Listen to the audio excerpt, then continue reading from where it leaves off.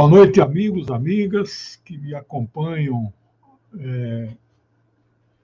nos canais em que eu sou comentarista internacional e neste canal do nosso amigo Rogério Matucci, e mais outros canais parceiros, que são 10 ao todo. E agradeço também a retransmissão pelas grandes TVs de streamer, que é a 247 e a DCM TV. Bom, essa aqui será a nossa 11ª aula do curso de Vida e Obra do Pensamento de Friedrich Engels. Nós já gastamos 4 aulas com a biografia dele, e a partir daí, cada semana, eu estou comentando uma das obras que ele escreveu. 3 delas com o seu colega e amigo de 40 anos, o Marx, né? Já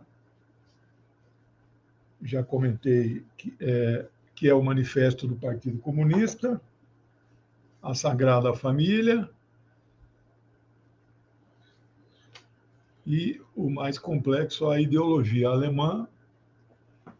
E semana passada começamos os livros que são do Engels individual, ele escreveu sozinho. E esta ordem que eu estou comentando não é a ordem que os livros foram escritos, né? Então serão 6 livros só dele e 3 com Marx. Hoje nós vamos comentar este livro aqui. Essa é uma edição muito antiga, da Paz e Terra, que é o Anti-Dühring, né? Já falo dele já. E nas próximas aulas nós vamos terminar o curso. Faltam 4 livros. Talvez, inclusive, os melhores deixei para o final, né? Socialismo Utópico ao Científico. Esse é um panfleto muito curto, mas é o livro que eu recomendo, número 1, para quem quer começar o marxismo. Antes do Manifesto, né? Depois, esse aqui, A Origem da Família, Propriedade Privada e do Estado. Essa aqui é uma edição muito antiga, da Civilização. Esse é um panfletinho pequeno, sobre o fim da filosofia. E este é um livro que ele não publicou em vida, foi publicado posteriormente, Dialética da Natureza.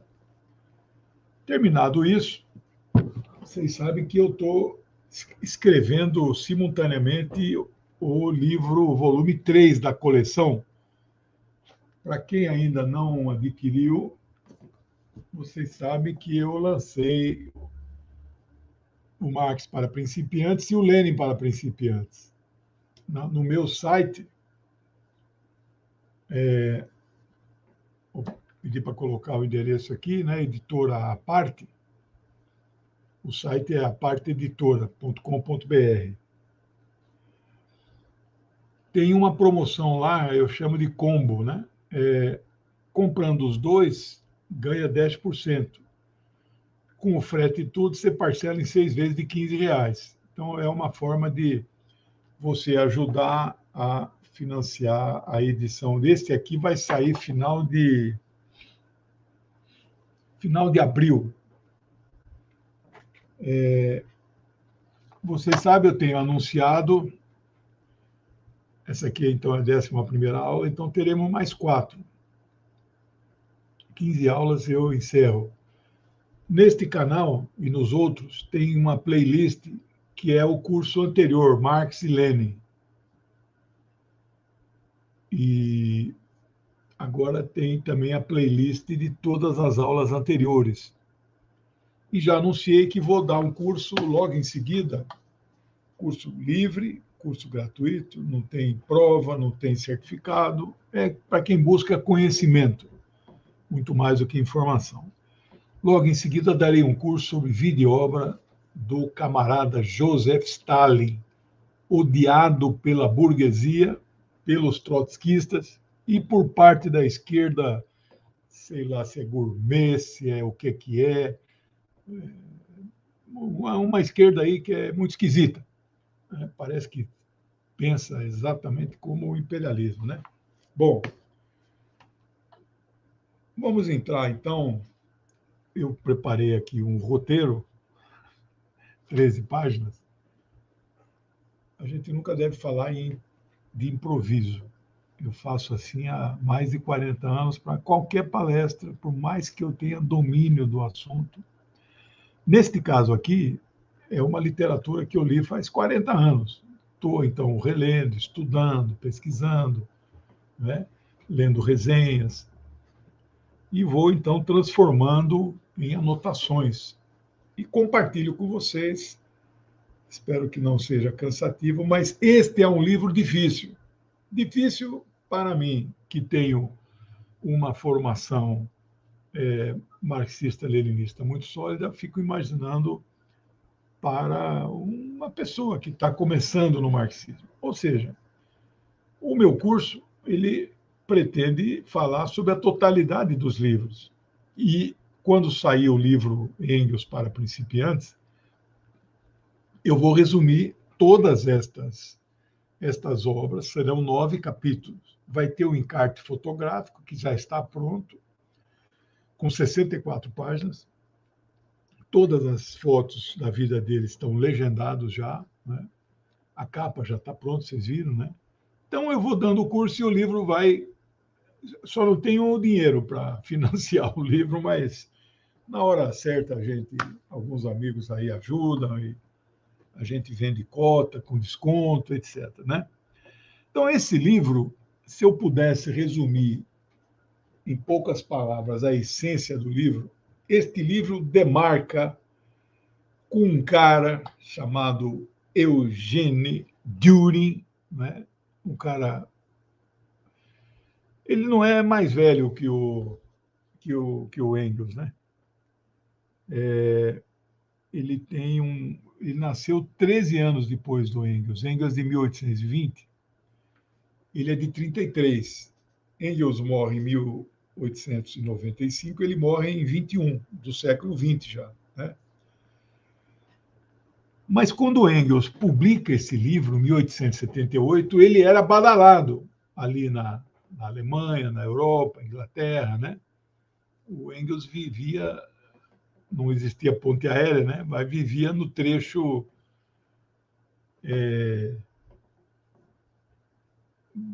Bremen, ou Barmen, né? Que é a cidade que ele nasceu na Alemanha, e Londres, e Manchester, onde o pai tinha aquela indústria têxtil. Então ele ficava em trânsito. Depois que ele e Marx ficam muito famosos, eles dão palestras, viajam, né? O Engels chega a empreender uma viagem para os Estados Unidos, né? Muito mais a passeio, foi com uma das filhas de Marx, mas também fez atividade política lá, né?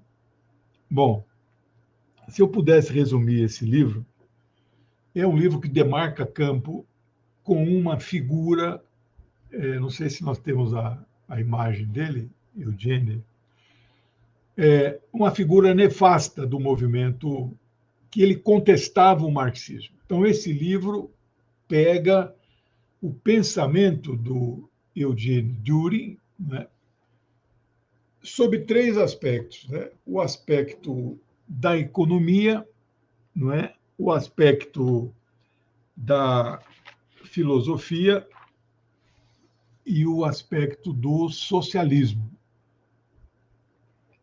O livro Socialismo Utópico ao Socialismo Científico, Marx e Engels tiveram influência dos famosos socialistas utópicos franceses, né? Então,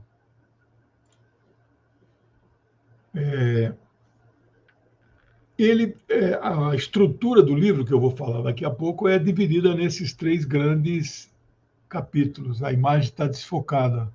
Eu não sei como resolver isso. Não sei se é sujeira na lente, né? Então,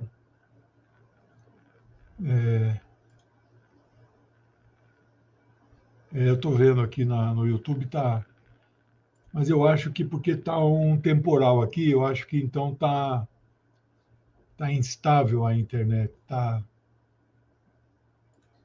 uma pena, viu? Mas pelo menos vocês devem estar me ouvindo, né? Direitinho.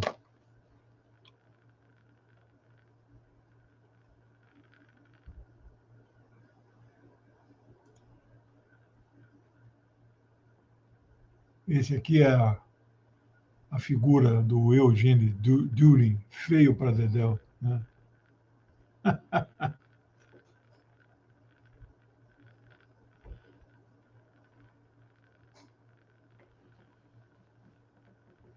Bom, o livro ele saiu na forma de artigos seriados num jornal da Alemanha. Todos os livros de Marx e Engels foram escritos em primeira edição na língua nativa deles, a língua que eles, né, original, que eles nasceram. Depois houve traduções. Algumas eles próprios fizeram, outras seus colegas, parceiros, companheiros, né, de muita luta. Né?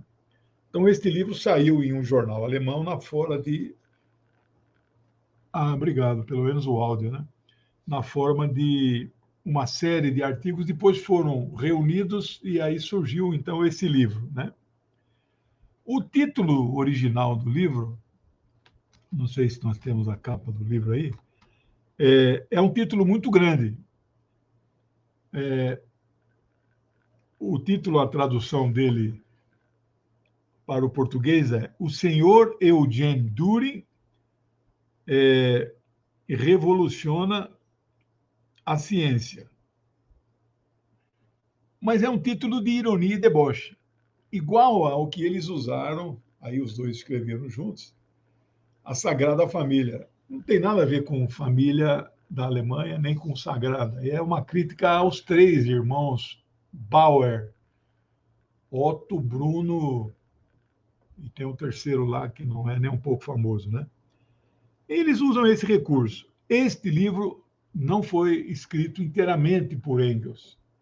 Claro, foi, mas Marx leu o livro antes de publicar. Eles eram carne e unha ali, um não dava um passo sem o outro. É uma amizade assim que eu nunca vi na vida. Não é só pelo tempo de 40 anos.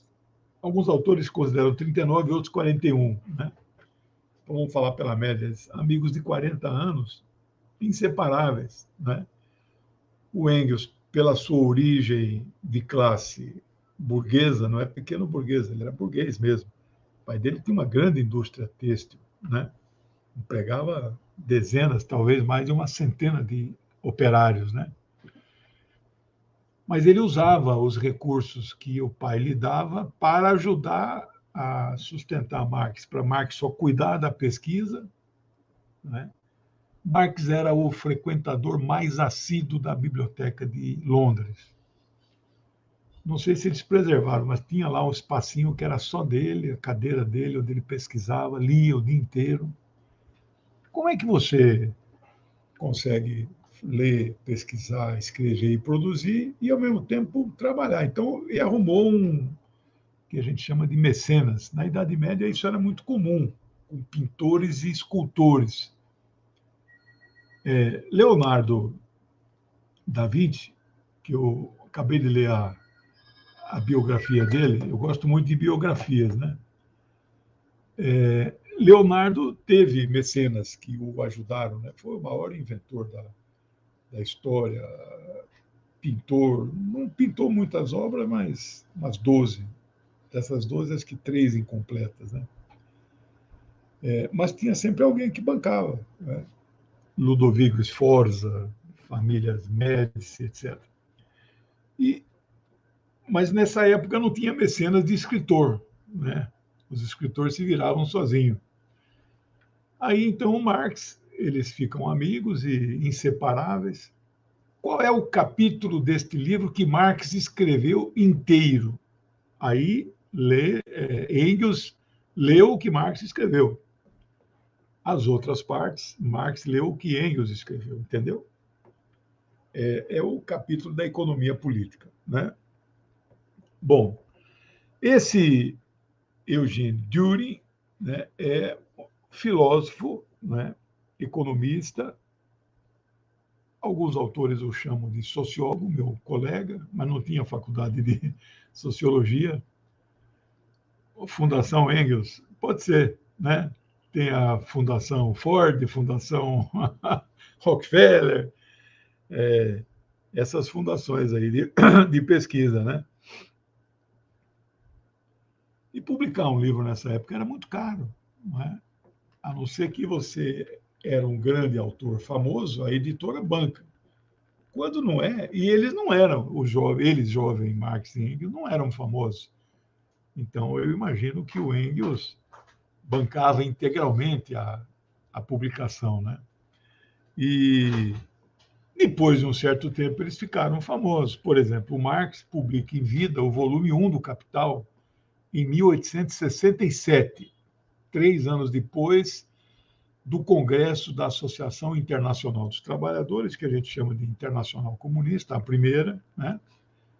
Houve 3, fundada por Marx e Engels, e ele já era muito famoso. O pessoal queria que ele fosse o presidente da associação. Ele falou: não, não, me deixa aí no conselho. Não precisa ser presidente, né? O pessoal não dava um passo sem ouvi-lo. A partir daí, só a partir daí, então Marx tinha 18, 60, quase 40 anos. Só a partir daí é que ele começa a ter um certo fôlego, não é? Para cuidar melhor, sustentar a família. Antes disso, Engels, que é uma espécie de patrocinador, né? Esse Dürer foi professor da Universidade de Berlim, onde Marx estudou, só que evidentemente que Marx formou muito antes, não foi aluno dele, né? O Marx é 15 anos mais velho, e Marx é de 18, ele é de 33. Ele deu aula há 3 anos. Ele era um propagador do ateísmo, igual Feuerbach e igual os irmãos Bauer. Eles achavam que a coisa mais importante a se fazer era combater a tal da moral, cultura, ética da civilização judaico-cristã, né? E especialmente o cristianismo. Marx e Engels, evidentemente, que eram ateus, mas não faziam de suas vidas uma pregação do ateísmo. Esta não pode ser a questão principal, especialmente para uma população que, na época, devia ser 90 e tantos por cento cristã, né?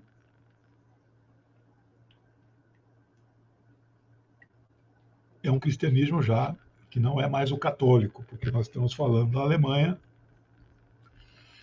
que era o luteranismo, né? Já desde 1517, né? Quando Lutero prega as famosas 95 teses lá na igreja de Wittgenstein, acho. Aí rompe, né? Mas, na verdade, o rompimento da Inglaterra já tinha acontecido em 1508. Henrique VIII, né? Ele cria a igreja anglicana, né? Então, nós estamos falando de países protestantes, majoritariamente, mas cristãos, né? Bom, essa pregação ateísta que ele fazia, ele foi precursor de Friedrich Nietzsche. Nietzsche era um grande... Nietzsche é um pouco mais jovem que ele. Nietzsche é um grande ateísta, né? O livro principal dele, eu li vários, mas é O Anticristo, né? E ele bate duro né, no cristianismo, né? Mas o Dürer faz esse mesmo movimento intelectual, Feuerbach e os Bauer, Marx e Engels não. No meu livro Lenin para principiantes, puxa, estou vendo aqui a imagem está ruim mesmo. Nesse livro aqui tem um capítulo inteirinho dedicado à religião.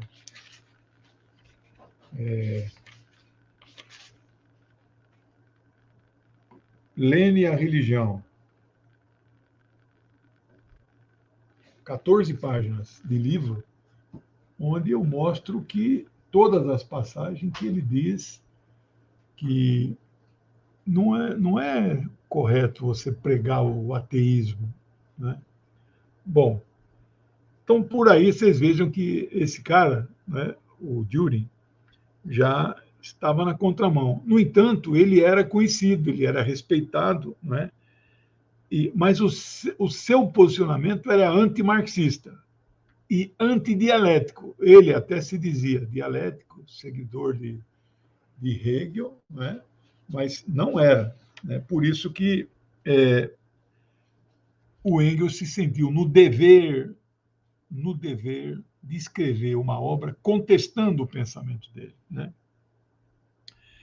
Para Dürer, o aspecto mais importante, não é, eram os aspectos morais e os aspectos pessoais com seus reflexos na economia. Completamente antimarxista, antidialético. Né? Bom, ele se julgava, o Dürer, né, um perseguido, porque ele se considerava um homem muito além do seu tempo na época. Então, tinha aí uma certa, nem um pouco modéstia, né, nem um pouco humildade. Né? Ele tinha uma autoavaliação de si próprio como um cara muito avançado para a sua época. Né? Isso, Marx nunca falou isso, Engels também. Né? Nós não devemos, isso mostra que era um elitista. Né? Bom, como já disse, a obra dele é uma obra muito polêmica, né? Porque muitos dos aspectos da sua obra, né, acabaram sendo aproveitados, né, pelo arianismo antissemita dos nazistas. Arianismo no sentido ariano de raça pura, né? O arianismo original é lá da Índia, né? Mas ali no século XIX, você tinha essas concepções, por exemplo, o Wagner, o compositor, ele não era nazista, mas ele era antissemita, né, ariano. E aí, então, a ideologia nazista, eles pegam muito, mas isso não tem nada a ver. Eu escuto Wagner, gosto de Wagner, a Sinfonia Cavalgada das Valquírias é maravilhosa, entre outros, né? Nibelungos. E o Wagner se relacionava com o grande escritor, né? Goethe. Cada país tem um grande escritor e um grande livro. Da Alemanha é Goethe, né? Fausto. Da Itália, Dante, Alighieri, Divina Comédia. Portugal, Camões, Os Lusíadas. Espanha, 1615, Cervantes, né, com seu grande Dom Quixote de la Mancha. Bom, ele tinha uma produção muito grande. Eu fiz aí uma pesquisa sobre a vida dele. Ele publicou 21 obras, 21 livros, não é artigo, né? 21 livros. Agora, o pensamento dele se coloca contra a concepção socialista marxista. Né? Então, conversando Marx e Engels, eles chegaram à conclusão que tinha que responder a esse cara, né? Porque ele tinha alguma influência entre setores da intelectualidade, não toda, foi professor, né? Então ele era, de certa forma, uma referência, e não dava para deixar, naquela época não tinha nenhum dos meios de comunicação que nós temos hoje, redes sociais, internet, portais. E quem deveria responder seria o próprio Marx. Mas como eles eram assim, carne e unha, o Marx fala assim, não, o Engels, na verdade. Eu respondo, você se concentre na redação do volume 2 e 3 do Capital. Então, nós estamos falando aqui em 1878, 11 anos depois que o volume 1, que Marx, em vida, editou, foi publicado. Ele morreu em 1883, 5 anos depois desse livro, e jamais publicou o volume 2 e 3. Quem faz isso é o seu amigo inseparável, né, que conhecia tudo dele e era um dos poucos que entendia a letra de Marx, a mais feia da história. Era Engels e a sua filha Jane Chen, que era o apelido, que é o mesmo nome da mãe, Jane, né? Jane Marx. Aliás, tem um livro feminista, Amor e Capital. Eu recomendo para quem gosta de. Que é a história da família Marx contada pelas mulheres, né? A mãe e 3 filhas. O menino que ele teve morreu cedo, né? E uma família, uma vida trágica. Não vou aqui gastar tempo contando, mas das 3 filhas, 2 se suicidaram, né? O peso de ser filho de Karl Marx era muito, como se carregasse o universo nas costas, né? Então, o Engels falou, não, cuida de terminar o livro, pelo menos os manuscritos, né?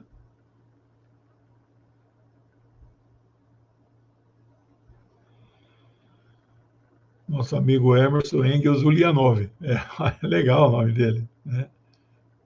Muito bem. Então, Engels combina com Marx, eu escrevo, você lê, né? Aliás, eu faço muito isso. Quando me pedem para escrever, escreve um manifesto, escreve não sei o quê, escreve um artigo, né? Eu falo assim, não, você escreve, eu faço a edição, a segunda leitura modificando, né? Eu acho que eles fizeram dessa maneira. Tem o dedo de Marx no livro, mas o capítulo Economia ele escreveu inteirinho. Então, fica com Engels a tarefa de escrever integralmente o livro, né?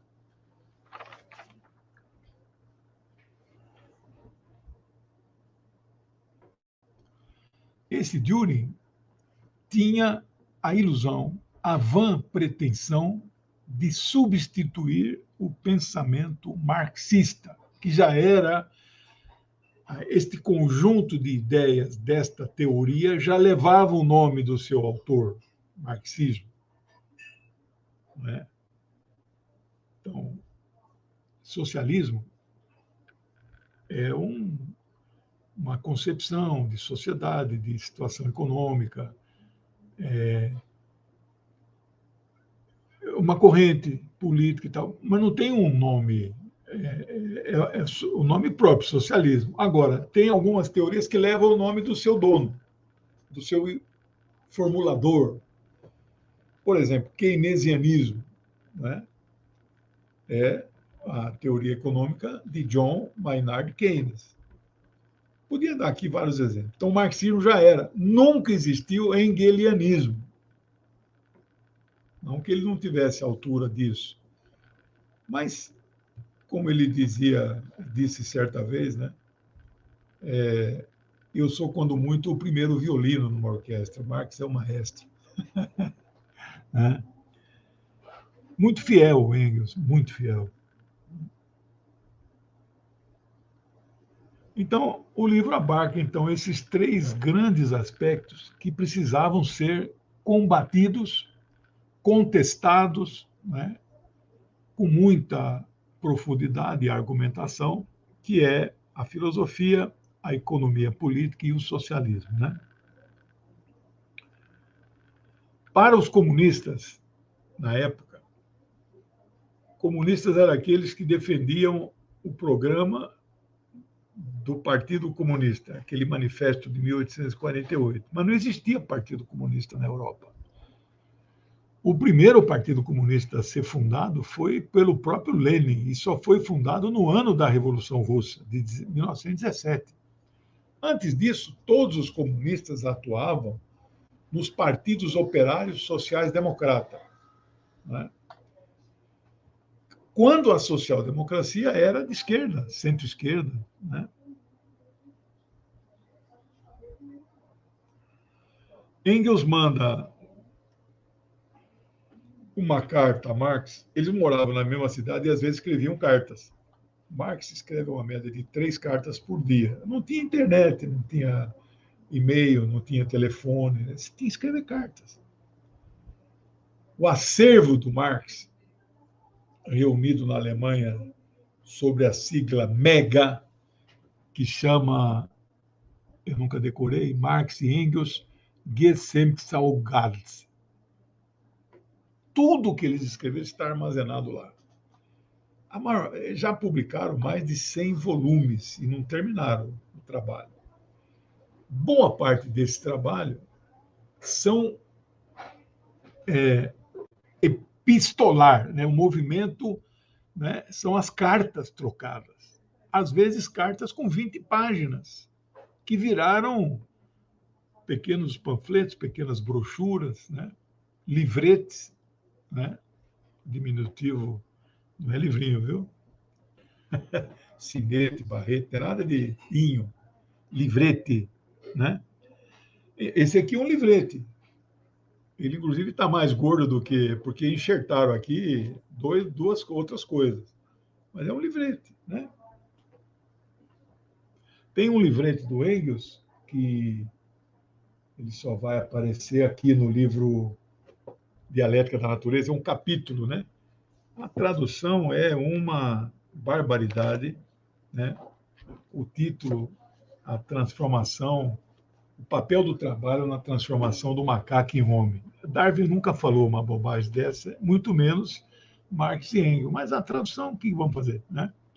O livro que eu comentei semana passada, Working Class, né? Classe trabalhadora, a situação da classe trabalhadora na Inglaterra. Não é isso que está. O título original não é classe trabalhadora, é classe operária. Aí o cara traduz, isso aqui é o quê? Né? Estou fazendo um parênteses cultural. Vocês conhecem o livro chamado O Físico? Eu gosto muito de literatura. Tem filme, para quem não tem tempo de recuperar aí a. Vamos ver, obrigado. Chegou o café.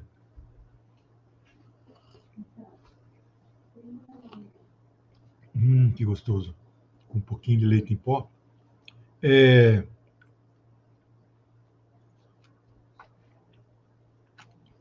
O título original é A Situação da Classe Operária na Inglaterra. Eu estava falando do livro O Físico. O título original em inglês é do Noah Gordon. Eu gosto muito dele, li todos os livros dele. O título original é The Physician. The Physician é o médico. Traduziram para o físico. O filme, eu não sei se eles, o médico ou o físico. O filme é uma adaptação muito boa, eu assino embaixo.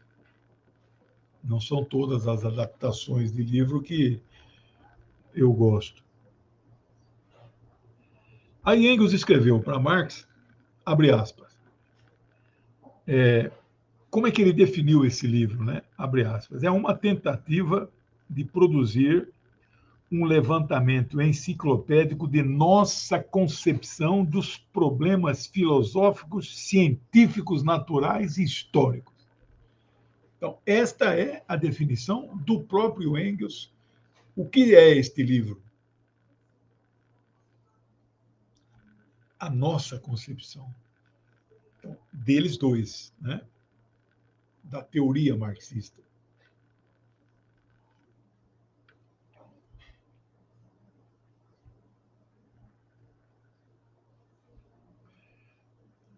O livro, na verdade, tem 4 partes. Considerando uma introdução, as outras 3 partes é a filosofia, a economia política e o socialismo.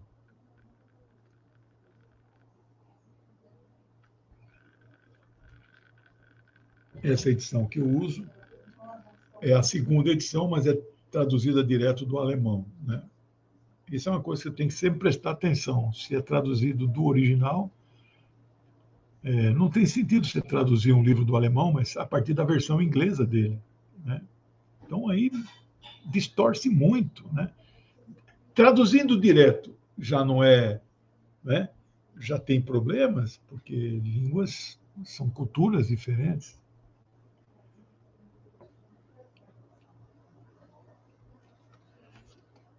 O Engels, neste livro, o prefácio é datado de 11 de junho de 1878. E esta edição tem muitas outras, são livros cujos títulos são de domínio público. Eu, se tivesse uma editora com melhores condições, eu editaria muitas obras deles, né? E faria meus comentários, minha introdução, etc., mas não tem condições. Então, no prefácio, o Engels, então, relata que muitos lhe pediam, há tempos, para refutar as teorias, né, do senhor Düring. E ele disse que fez isso, gastou um ano estudando, escrevendo, anotando, para concluir o livro. Esse Engels, ele nunca fez faculdade, né? Vocês que acompanharam desde a primeira aula, ele frequentou a Universidade de Berlim, então ele nunca terminou curso nenhum. É um gênio, um autodidata, né? No Brasil não se reconhece o notório saber, né? O autodidata. Quem assistiu às aulas da biografia dele pode recuperar lá. Vai lembrar que teve período da vida dele que ele estudou química, que ele estudou matemática, física, né? Vocês vão ver passagem deste livro onde ele fala da teoria da física, né? Eu me identifico muito com essas pessoas. A minha imensa biblioteca não é pequena, né? Chegando em 10 mil livros, todos catalogados. Tem 22 áreas do conhecimento, né? Na universidade,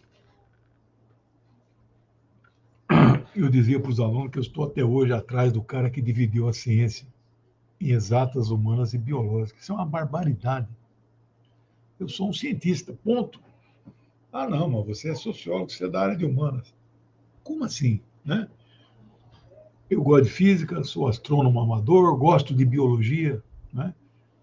E o Engels era assim, o Marx era assim. Eu tenho um livro do Marx que nunca foi traduzido para o português, École mathématique, Escritos Matemáticos de Karl Marx, que em francês, né? Eu gosto de matemática. Eu tenho vários livros aí de enigmas, 3 volumes. Não acerto todos, não, só 70%. Bom, essa nova, abre aspas, né, teoria entrava em cena, segundo o próprio Engels, abre aspas, com consideráveis pretensões. Então, o Düring colocou as ideias dele no mercado e ganhou adeptos.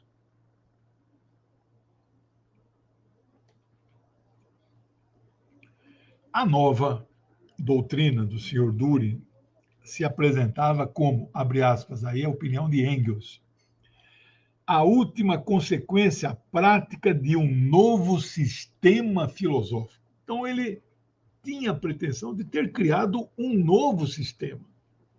Foi arrasado pelo Engels, né? Engels ainda diz, nessa introdução, abre aspas, qualquer doutor em filosofia e até mesmo um simples estudante não mais se contentam senão com um sistema integral. Então,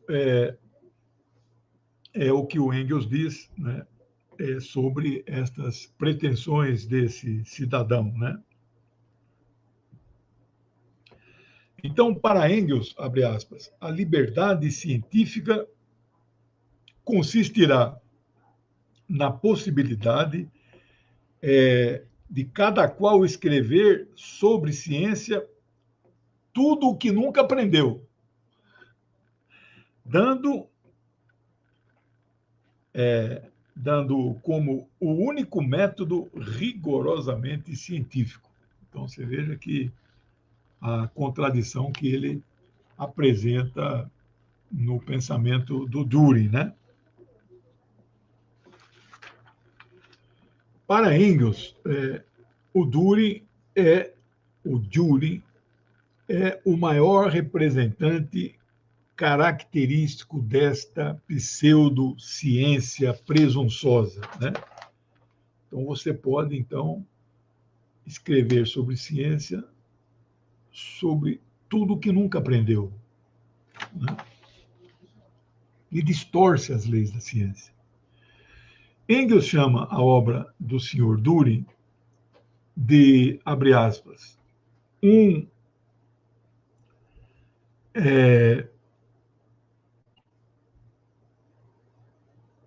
a minha letra, às vezes, nem eu entendo, né? Um exemplo típico e característico do produto da indústria intelectual alemã, né? Então, indústria cultural alemã. Isso aí vai ser desenvolvido só na escola de Frankfurt, né? Por Benjamin, né? Walter Benjamin. Indústria cultural, mas o Engels falou isso em 1878. E aí conclui Engels, aspas, barato sim, né? Mas de má qualidade. Né? Engels faria ainda uma segunda edição, 2 anos depois que o seu amigo morreu, em 1885. O segundo prefácio, ele é assinado 23 de setembro de 1885. Engels estuda a fundo 3 grandes obras de Düring, daquelas 21 que ele escreveu, né? Primeiro, o curso de filosofia que ele ministrava. Segundo, curso de economia política e social. Terceiro, o livro dele, História Crítica da Economia Política e do Socialismo. Então, ele pega os 3 aspectos principais que ele vai desmontar no livro, né? O primeiro capítulo, Filosofia, o Engels discorre sobre os seguintes aspectos: o tempo e o espaço. Filosofia, ele falando de tempo e espaço. A teoria da relatividade geral de Einstein, acho que é de 1915, tem a relatividade restrita e a geral. Ele ganhou o Nobel de Física, mas não foi por essa teoria, foi por uma outra coisa. Nós trabalhamos com o conceito tridimensional, né? 3, altura, largura e profundidade, né? Só que o Einstein vai dizer, tem uma 4ª dimensão, tempo. Então, você localiza um ponto no espaço, precisa de 3 coordenadas. Mas em que tempo este ponto está? Então, o nosso Engels, cientista amador, nesta primeira parte do capítulo Filosofia, ele trata de tempo e espaço. Segundo, ele trata da cosmogonia. Cosmogonia, né, digamos assim, seria um ramo da ciência que tenta explicar a origem do universo. Eu acabei de ler o livro do Dawkins, Richard Dawkins, Breve Respostas para Grandes Questões. Maravilhoso. Ele escreveu 4 livros na vida só, li todos eles. O best-seller é Uma Breve História do Tempo, né? Maravilhoso, né? Onde ele descreve as teorias da origem do universo, ele contesta, claro, tem um capítulo que ele mesmo ele se coloca como ateu, né? Mas não faz uma pregação ateísta, né? Então, Engels, né, na segunda parte do capítulo Filosofia, ele discute a origem do universo, cosmogonia, né? Hoje talvez não se use mais essa palavra, né? Talvez cosmologia, mas também discute física e química, né? Então, vamos ver se eu marquei aqui algumas passagens.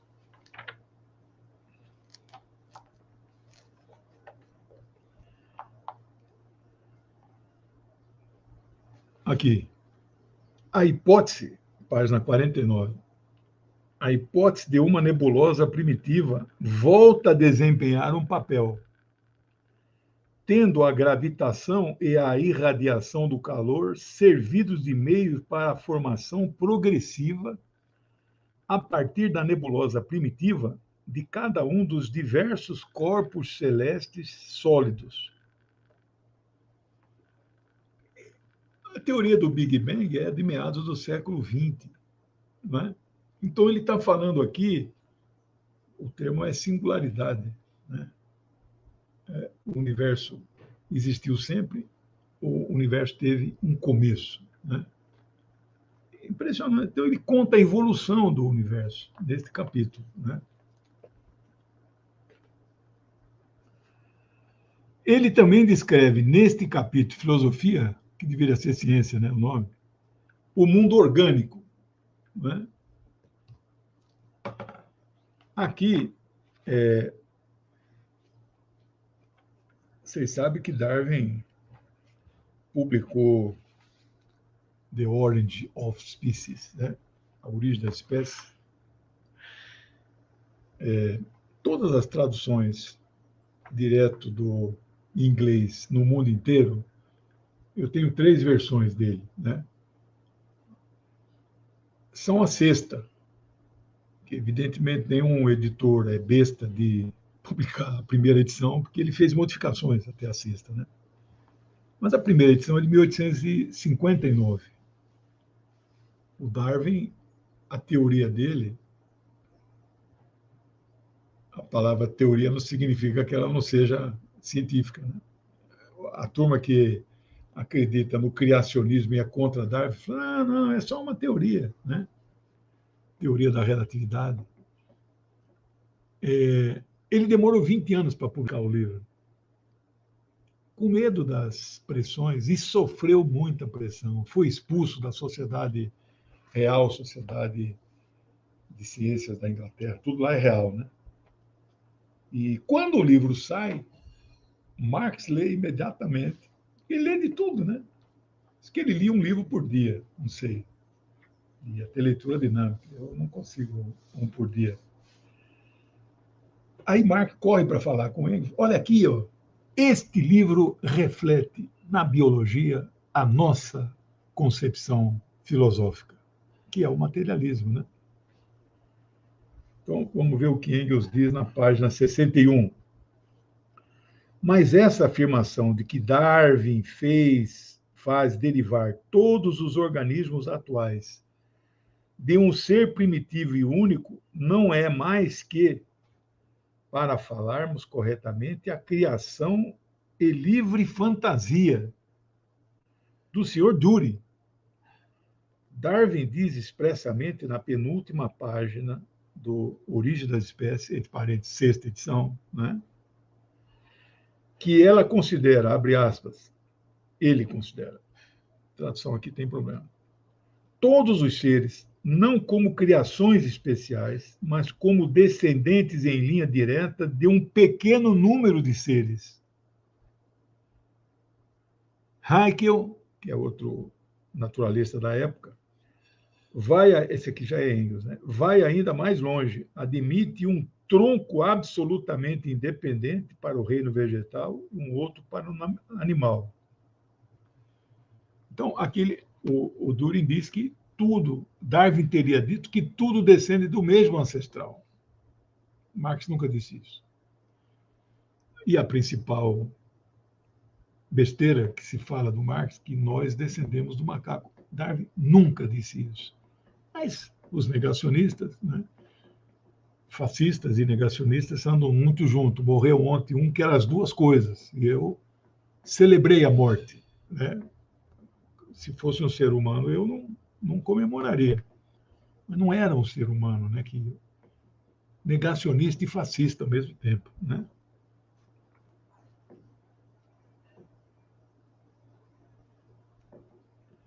Esse capítulo também tem 3 partes sobre moral e direito, né, onde ele trata de verdades eternas, a igualdade e a liberdade e necessidade. Então, ele vai devagar sobre todos esses temas. O capítulo dialética, não é? quantidade e qualidade. Então, uma das leis da dialética, formulada por Marx e por Engels, mas pelos que se desenvolveram o seu pensamento, há uma relação entre quantidade e qualidade, né? O salto e a mudança de estado, não é? A partir, né, de quantidade se dá um salto qualitativo. O exemplo na física mais bonito que eu sempre dei para os alunos era a água. Você que ferve água para fazer café, quando ela começa a borbulhar, você já põe o pó, né? Mas se você deixar borbulhando, a água, você, então, o fogo, né, é a transmissão de energia, não é? Para, né, esquenta a panela e a água, então, vai evaporar. Ela vai mudar de estado. Mas, de repente, bom, 90 graus, 91, 99 graus. A hora que chega no 100º grau, ela dá um salto. Esta mudança de qualidade só é possível a partir da quantidade de energia fornecida até chegar. Isso em qualquer situação? Não. Nas condições normais de temperatura e pressão no nível do mar, né? Então, ele trata disso refutando, não é, Jury. E a última parte desse bloco é a negação da negação, que é uma também lei da dialética, né? Bom, no capítulo sobre economia política, né, ele tem a seguinte estrutura. Ele começa falando do objeto e do método, né?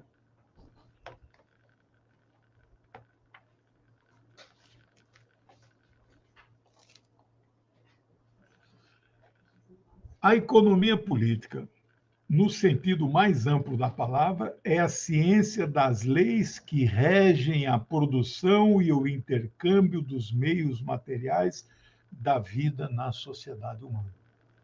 Esta é uma definição maravilhosa do que é economia política. Produção e troca são duas funções distintas. A produção pode desenvolver-se sem a troca, mas esta pressupõe sempre necessariamente a produção, pelo próprio fato de que o que se trocam são os produtos. Mais embaixo, página 127, nós estamos. As condições sobre as quais os homens, então aqui, se fosse feita uma adaptação, a gente hoje usaria seres humanos, né? As condições sobre as quais os homens produzem e trocam o que foi produzido variam muito de país para país. E, dentro de cada país, de geração para geração. Portanto, não é a mesma maneira como produzimos as coisas, ela se modifica com o tempo.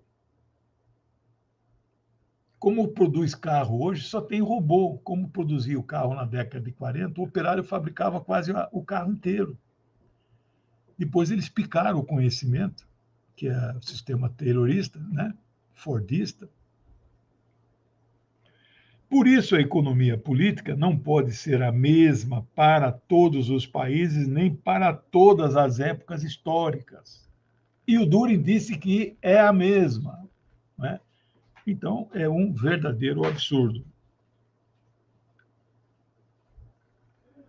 E conclui Engels, mais embaixo, a economia política é, portanto, uma ciência essencialmente histórica. Também nesse capítulo Economia tem teoria da violência, teoria do valor. Aqui é a maior polêmica, porque qual é o valor das coisas?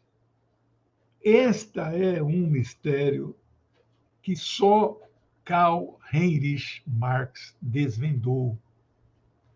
Aristóteles tentou, Tomás de Aquino tentou, Dürer tentou, e não consegue. Aristóteles é no famoso livro Ética Nicômano, volume 5, capítulo 5, exatamente. Nicômano era um discípulo dele, onde ele discute com Nicômano, que era um sapateiro, artesão. Naquela época, quem construía casas eram arquitetos, não eram engenheiros. Talvez por isso elas fossem mais bonitas. Desculpe aí, eu fiz engenharia, né? O arquiteto é mais, né? Mas Aristóteles, quantos pares de sapatos se terá que produzir para o arquiteto fazer sua casa? Eles não têm uma resposta. Qual é a chave? Por isso a teoria do valor. Qual é a chave? A chave é o trabalho. A quantidade de trabalho necessária para a sua produção. Né? Ele discute trabalho simples, trabalho complexo, discute capital e mais-valia. Já na visão, nós estamos num período em que o volume 1 do Capital já era mundialmente conhecido, né? Em 1878, 11 anos após a publicação do Capital.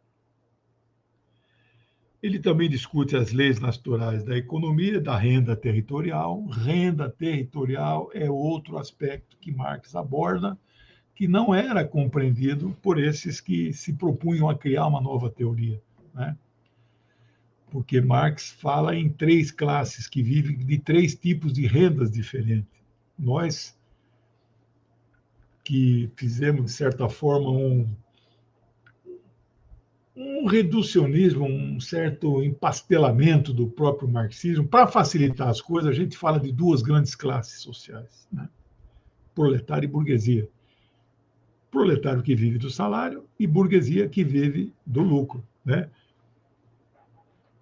Só que Marx não fala em 2, fala em 3.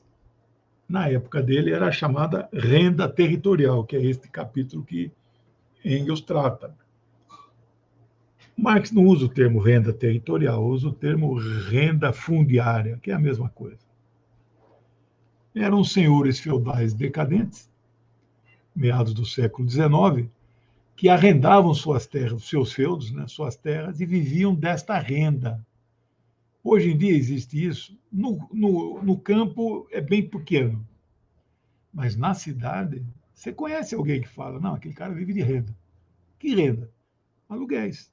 Às vezes é um aluguel, 2. É isso que, né? Aposentadoria às vezes é um salário mínimo, mas o cara tem uma rendinha extra do aluguel. Mas eu conheço aqui pessoas em Campinas que têm 50 imóveis, né? Nosso amigo Ivo aqui, a teoria do valor está no centro da história da humanidade. Sem ela, jamais o homem desvendaria a história dos povos. É isso aí, muito bem, camarada Ivo, grande marxista. E termina o capítulo sobre a história crítica. E o último bloco do seu livro é o bloco do socialismo, onde ele termina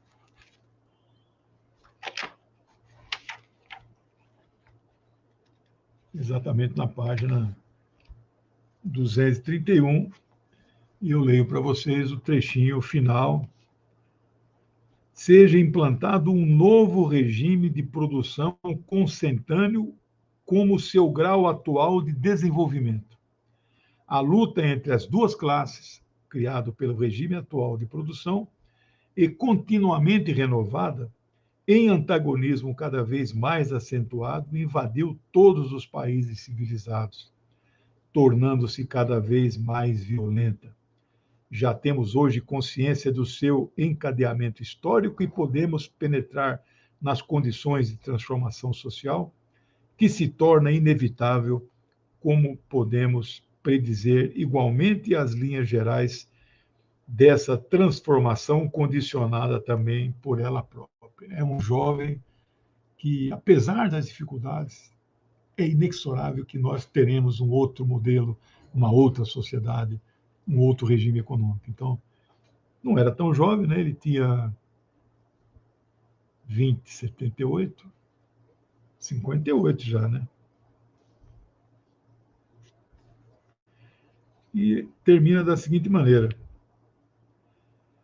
quando o senhor Dury, em vez de limitar-se ao material econômico existente, elabora, tirando do seu augusto cérebro, uma nova ordem social utópica, não só pratica a alquimia social, entre aspas, como também age como agiria alguém que, depois de descobrir e enunciar as leis da química moderna, teimasse em restaurar a alquimia no seu antigo esplendor, valendo-se dos pesos atômicos, das fórmulas moleculares, da valência dos átomos, da análise espectral e da cristalografia, para finalmente descobrir, 3 pontinhos, a pedra filosofal. Conhece a lenda da pedra filosofal, né? Ou seja, como se depois de todas as descobertas científicas, nós então fôssemos descobrir a tal pedra filosofal, aquela que você toca nas coisas e elas transformam em ouro, né? Sim, o rentismo, Justino, hoje era um rentismo do capital financeiro, da especulação, que não tinha na época de Marx. Na época de Marx, o capitalismo era chamado de capitalismo concorrencial. Helene que desenvolve a teoria do capitalismo financeiro. Por isso que nós sempre falamos, não dá para você ser só marxista. Se você se apresentar como só marxista, eu vou dizer para você, você não é um verdadeiro marxista. Porque foi Helene que desenvolveu certos aspectos. Então, no livro famoso dele, que nós comentamos, e está aqui neste livro aqui, tem um resumo do livro. O imperialismo, a etapa superior do capitalismo. Aí é que ele teoriza sobre a financiarização. Marx não conheceu isso. Você deixava dinheiro no banco na época de Marx, não era aplicado em título, deixava lá guardado, né? Talvez tivesse aí uma remuneração simbólica de juros, né? Mas o banco era para guardar o dinheiro, né? Bom,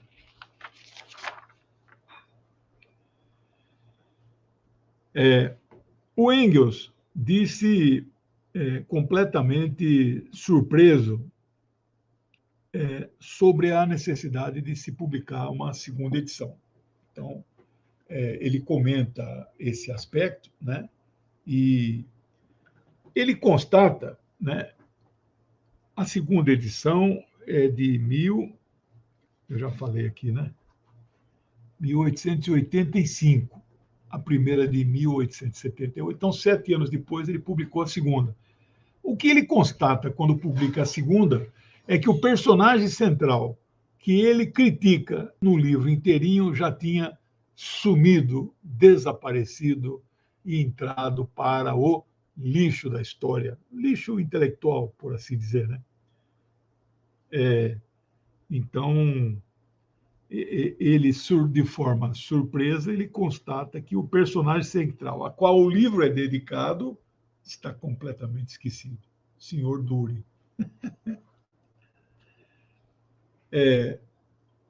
Logo no começo, ele menciona o papel que Marx teve no livro, né? Uma observação de passagem. Tendo sido criada por Marx e em menor escala por mim, a concepção exposta nesse livro não conviria que eu publicasse a revelia de meu amigo. Li-lhe o manuscrito inteiro antes da impressão e o 10º capítulo da segunda parte, consagrado à economia política, foi escrito por Marx integralmente. Então, Marx leu todo o resto, quando fala leu, opinou, né? Mas o capítulo 10 ele escreveu inteirinho. Engels diz, tenho que acelerar porque não pode passar muito de 1 hora. Engels diz que jamais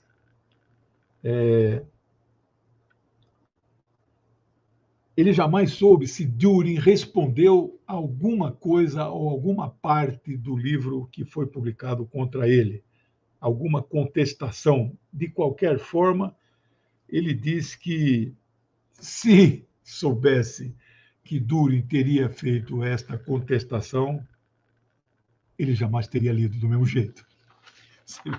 E veja como ele gostava do Dürer, né?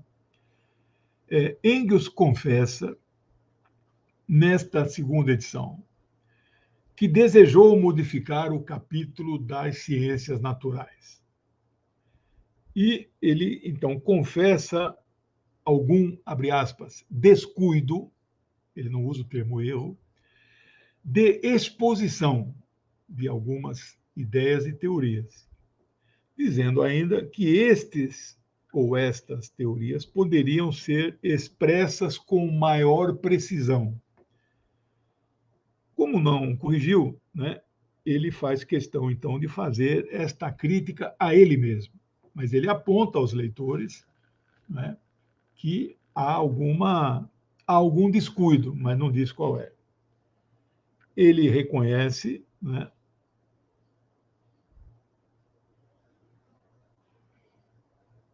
certo. Eu estou vendo aqui que o nosso amigo Austin é um admirador do Leon Davidovich Bronstein, né? Trotsky tem origem judaica, né? E a família Rothschild também. Rothschild é a família de banqueiros mais antiga da Europa, judeus, né? E moradores, eles são ingleses, né? Eles são tão poderosos que a história da Palestina registra, naquele ano de 1917, quando a imigração judaica para a Palestina já era grande, o ministro das Relações Exteriores da Sua Majestade, né, da Inglaterra, Lord James Arthur Balfour, escreve uma carta para quem? Para o Lord Barão Rothschild, e promete aos judeus, não é, um lar nacional na Palestina. Esta carta é assim um divisor. Então, nosso amigo Austin, ele tem razão, e eles financiaram algumas expedições, mas evidentemente que receberam tudo com juros, e correção monetária na época não tinha. Engels reconhece, né, como que prevendo o futuro, que o progresso da ciência teórica deverá tornar supérfluo grande parte de sua obra, senão até a totalidade. Ou seja, isso de fato aconteceu. Quem lê todo o livro vê que, né, tem esse trecho que eu li da cosmogonia, da origem, já foi bastante superado.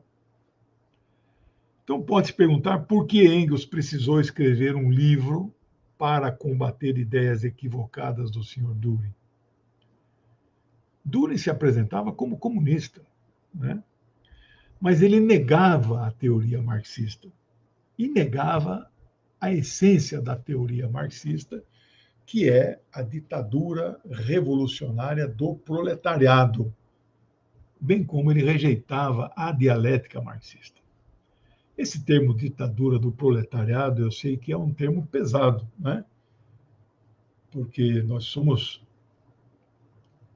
isso. Conheço. Não sei se você leu a biografia dele, né? A biografia do Trotsky, é o Isaac Deutscher, né? 3 volumes. Profeta armado e profeta desarmado, né? Bom, mas Trotsky eu não vou dar curso nenhum sobre ele, viu? No meu livro de Lenin tem um capítulo em que eu bato razoavelmente bem no Trotsky. Bom, vamos lá. Estamos quase chegando ao fim, né? Podemos dizer que o livro Anti-Düring é uma exposição de forma sistemática dos três mais importantes aspectos da teoria marxista: filosofia, economia e socialismo. O professor Zé Paulo Neto, grande marxista, eu tenho várias. Para escrever o livro de Marx, eu li 5 biografias. Uma delas é a biografia escrita por Zé Paulo Neto. Acho que ele é professor aposentado da UFRJ. Ele escreveu uma bela a editora Boitempo, né? A edição da Boitempo deste livro, que eu tenho em algum outro quadrante aqui da estante, ele faz a introdução, né? Tipo uma apresentação. E esta edição é de 2015. Ela é comemorativa, não é bem comemorativo o termo, 120 anos da morte de Engels. Então, a Boitempo é uma editora marxista, né? Não sei se é leninista, mas publica livros de Lenin. Mas ela está editando a obra inteira de Marx, né? Com capas feitas, né, pelo meu amigo, é tudo o mesmo traço, tá vendo? Meu amigo Maringoni, Gilberto Maringoni, ele vai fazer o prefácio do meu próximo livro. Esse livro aqui, ó, professor de Relações Internacionais lá da Federal do ABC. Atualidades da luta imperialista, anti-imperialista, Maringoni. O professor José Paulo Neto, na apresentação da edição da Boitempo, direto também do alemão, afirma que a relevância teórica deste livro Anti-Düring pode ser equiparada ao Manifesto Comunista. O Manifesto Comunista não é a obra-prima de Marx e Engels. É um manifesto datado, escrito entre dezembro de 47 e janeiro de 48. Ele saiu em fevereiro de 48, né? Então, o Zé Paulo, eu acho que está de bom tamanho a comparação, né? Essa obra magnífica, do ponto de vista filosófico, ela dialoga com filósofos como Demócrito, Locke, Rousseau, Kant e Hegel. Do ponto de vista científico ou da ciência em geral, ela dialoga com Darwin, Newton, Lamarck e, na economia, dialoga com Ricardo e Smith. Podemos afirmar, de forma resumida, que o embate intelectual Engels versus Düring dá-se em torno do idealismo versus materialismo. Então, aquele que defende a corrente filosófica da materialidade do mundo, onde a ideia decorre da matéria, e aqueles que defendem que a ideia é primordial, portanto, a ideia cria a matéria, que gera os criacionistas. Engels, e claro, Marx também, sentiu-se impelido a contestar Düring pelo fato de que ele exerceu certa influência sobre a corrente social-democrata que atuava no movimento operário sindical dos trabalhadores alemães, ingleses, né, de um modo geral, e que isto precisaria ser combatido. Anti-Düring não é um livro destinado ao público leigo, mas às pessoas com alguma formação marxista e mais familiarizada com os conceitos chaves da economia, filosofia marxista e socialismo científico. Então, é a este público, de certa forma, que o livro é dirigido. Mas ela é leitura obrigatória e imprescindível a quem pretende estudar o marxismo em maior profundidade. Não é uma leitura fácil, né? É uma leitura bastante complexa. Meus amigos, amigas, mais uma aula vencida. Eu agradeço muito a companhia de vocês. Semana que vem, neste mesmo horário, neste mesmo canal, e outros canais parceiros, e outros que vão ver esta aula em outros canais grandes, né? Desejo aí um bom restante de semana para vocês, ficando sempre atento ao que está acontecendo do outro lado do mundo, né? Na fronteira ucraniana-russa. Tá bom? Obrigado pela companhia, tudo de bom para vocês, obrigado, um beijo, tchau, até semana que vem.